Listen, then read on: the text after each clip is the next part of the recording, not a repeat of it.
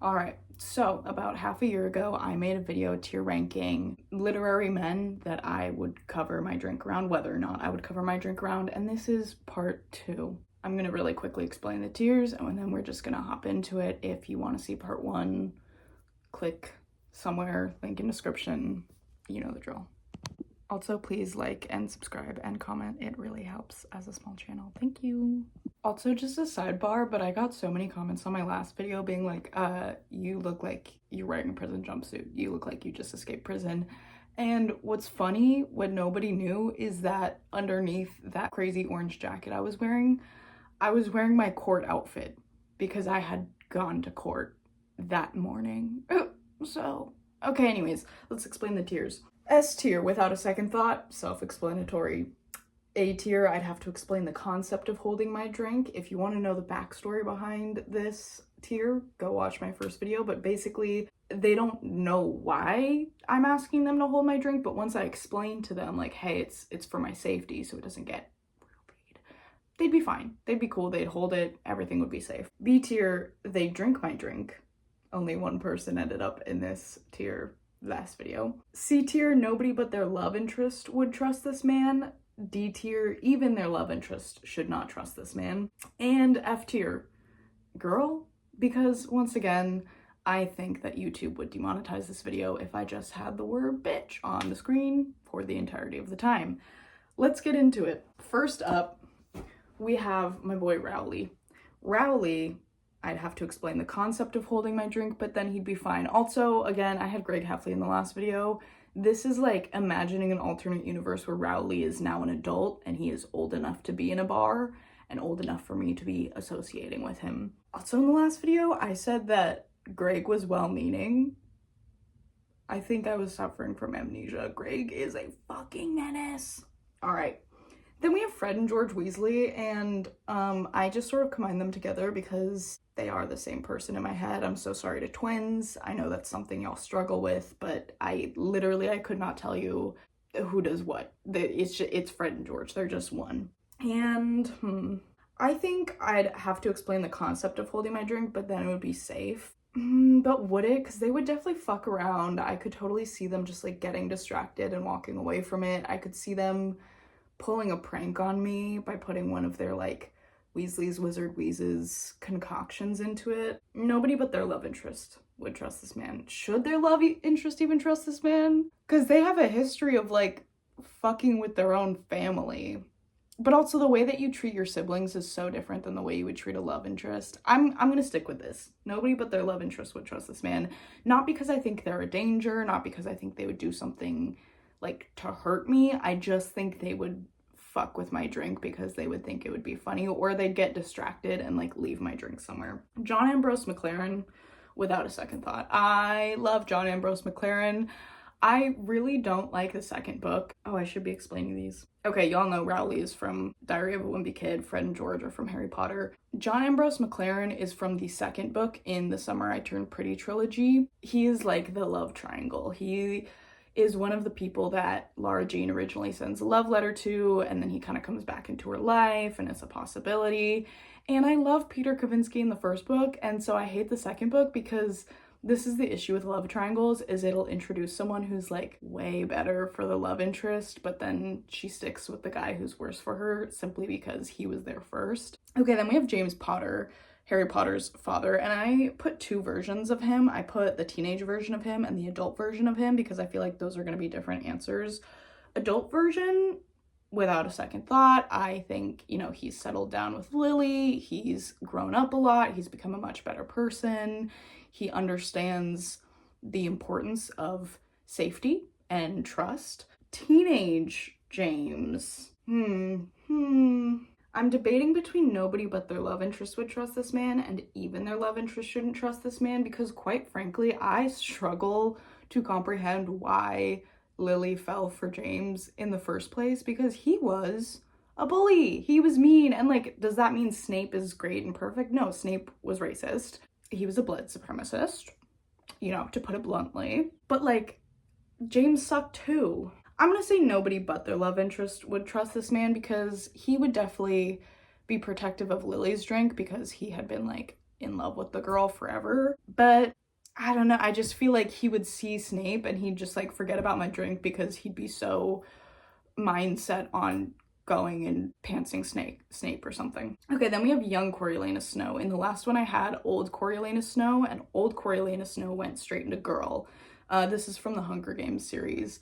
Young Coriolanus Snow, I'm actually gonna put into even their love interest shouldn't trust this drink, not because I think he is a better person, but because, and I kind of explained this in the last video, I think he's more manipulative. Again, since I explained this in the last video, I'm not really going to go into it too deeply, but I could see myself falling for young Snow's charm because I don't fully know how awful of a person he is. Then we have Sejanus Plinth, also from the Hunger Games series, Ballad of Songbirds and Snakes.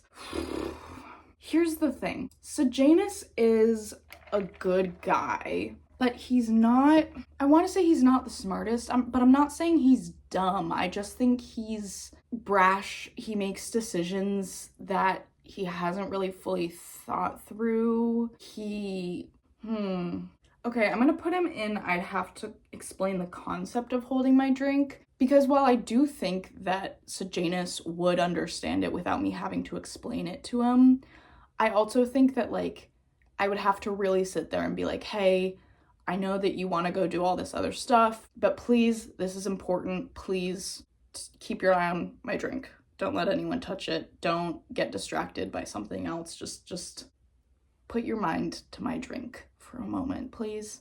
I don't know. I'm unsure about that placement. Then continuing on with the Hunger Games, we have Finnick Odair.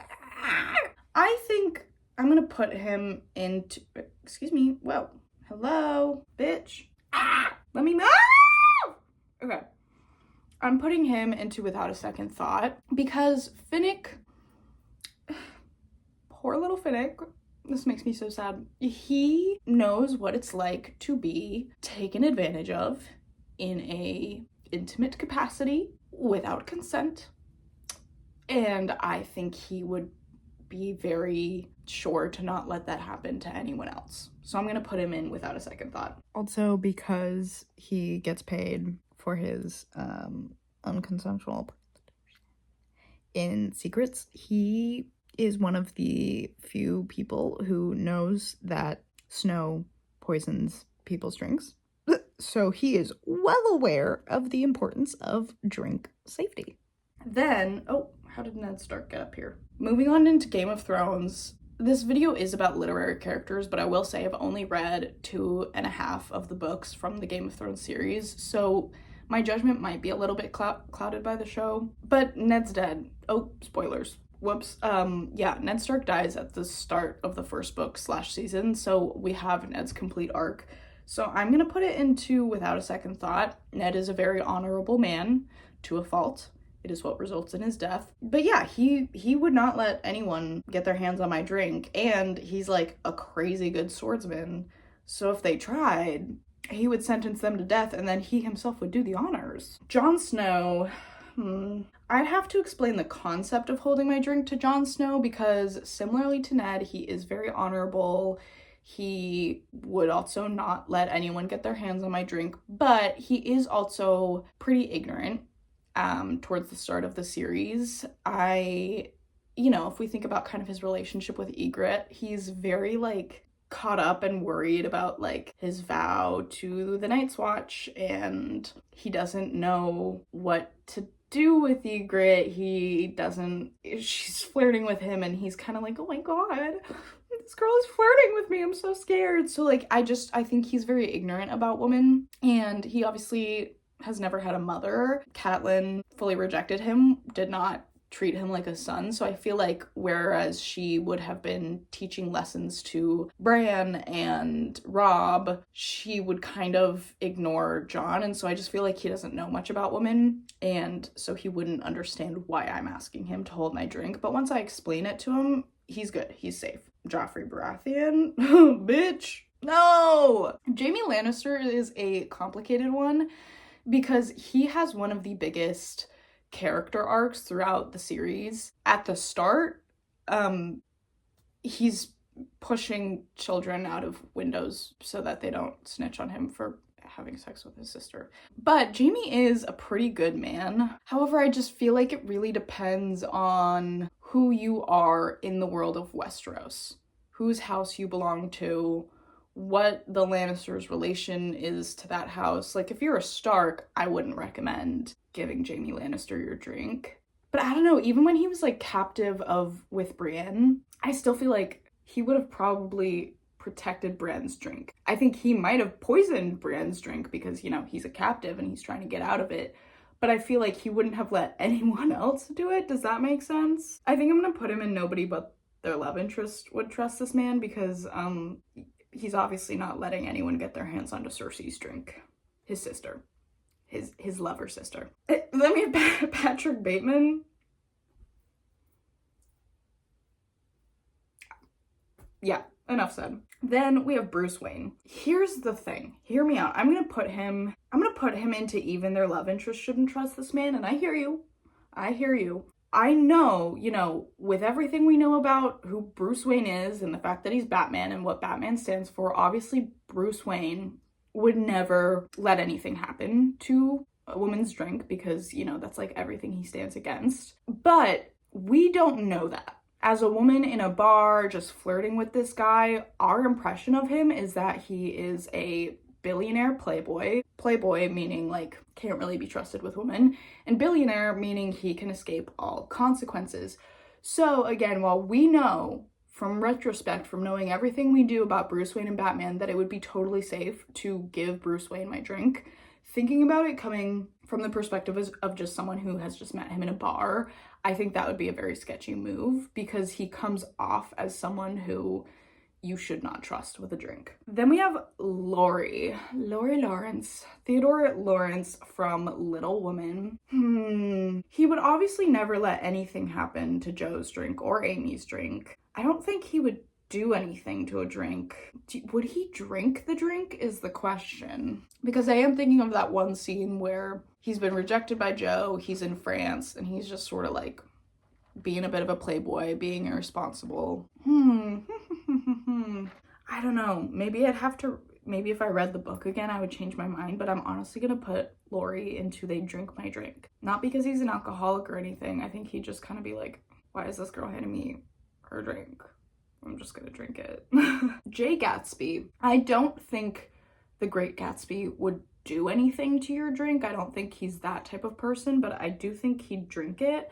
I think he'd honestly be such a dick. I feel like he'd be like scoffing at the idea that like he should be holding someone else's drink. Ugh. So I think he'd drink it, and then when you came back and was like, yo, where's my drink? He'd be like, I drank it, but like, girl, look around, there's champagne everywhere, just go get another glass, like you're fine. So yeah, I'm gonna put it in they drink my drink. Next, we have Prince Maxon from the Selection trilogy. He is very trustworthy. It's been years since I read this trilogy, but he is like genuinely a pretty good guy, if I remember correctly. So I'm gonna go with I'd have to explain the concept of holding my drink, because I feel like while he's a good guy, he is super ignorant to the world. He is royalty. He probably has never really had to contend with like the idea of someone spiking a girl's drink. Okay, being royalty, like I do think he understands the concept of like people might try and hurt him and his family, and that's why, you know, I'm sure they have like food testers who eat the food and drink the drinks before giving it to the royal family so that they don't get poisoned. But I don't think he'd understand why like a random everyday civilian girl would need that same protection, because like they're not royalty, so who's trying to poison them, you know? He's also quite ignorant to women. Like, he doesn't have much experience, so I just feel like he wouldn't understand why he's being asked to hold the drink. But once he is told why, he would be totally safe with it. And, you know, he's the prince. So, like, if anyone tries to spike your drink while the prince is looking after it, like, he could have your head.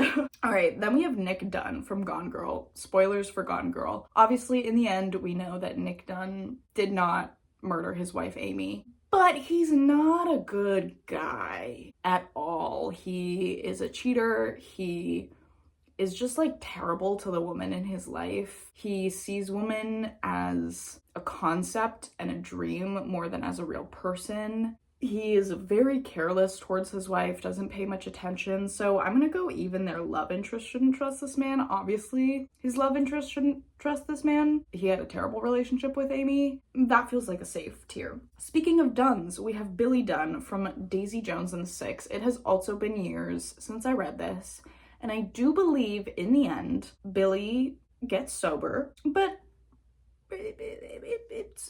we can acknowledge that he had a drinking problem and he probably would have drank my drink.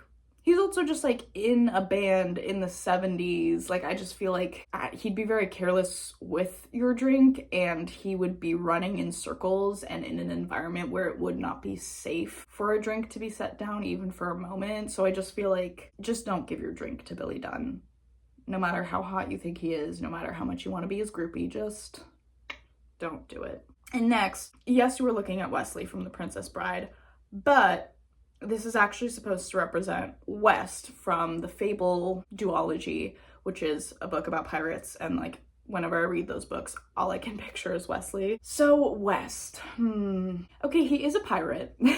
That's definitely relevant. He is a pirate, and he is like an infamous pirate. I'm gonna go with nobody but their love interest would trust this man. He would never let anyone touch Fable's drink, but I just, like, he's a pirate, right? Maybe we shouldn't give our drinks to pirates. I just think that's a good rule. So, final tier list. Without a second thought, we have John Ambrose McLaren, adult James Potter, Finnick Odair, Ned Stark. I'd have to explain the concept of holding my drink. Rowley, Sejanus Plinth, Jon Snow, and Prince Maxon. They drink my drink. Theodore Laurence, Gatsby, Billy Dunne. Nobody but their love interest would trust this man. Fred George Weasley, young James Potter, Jaime Lannister, and West from Fable. Even their love interest shouldn't trust this man. Young Coriolanus Snow, Bruce Wayne, Nick Dunne, and bitch, Joffrey Baratheon, and Patrick Bateman. I think that's a pretty good tier list. Also, I have a sincere apology to make to all of my fellow Rodrick girlies. This is really hard for me, guys.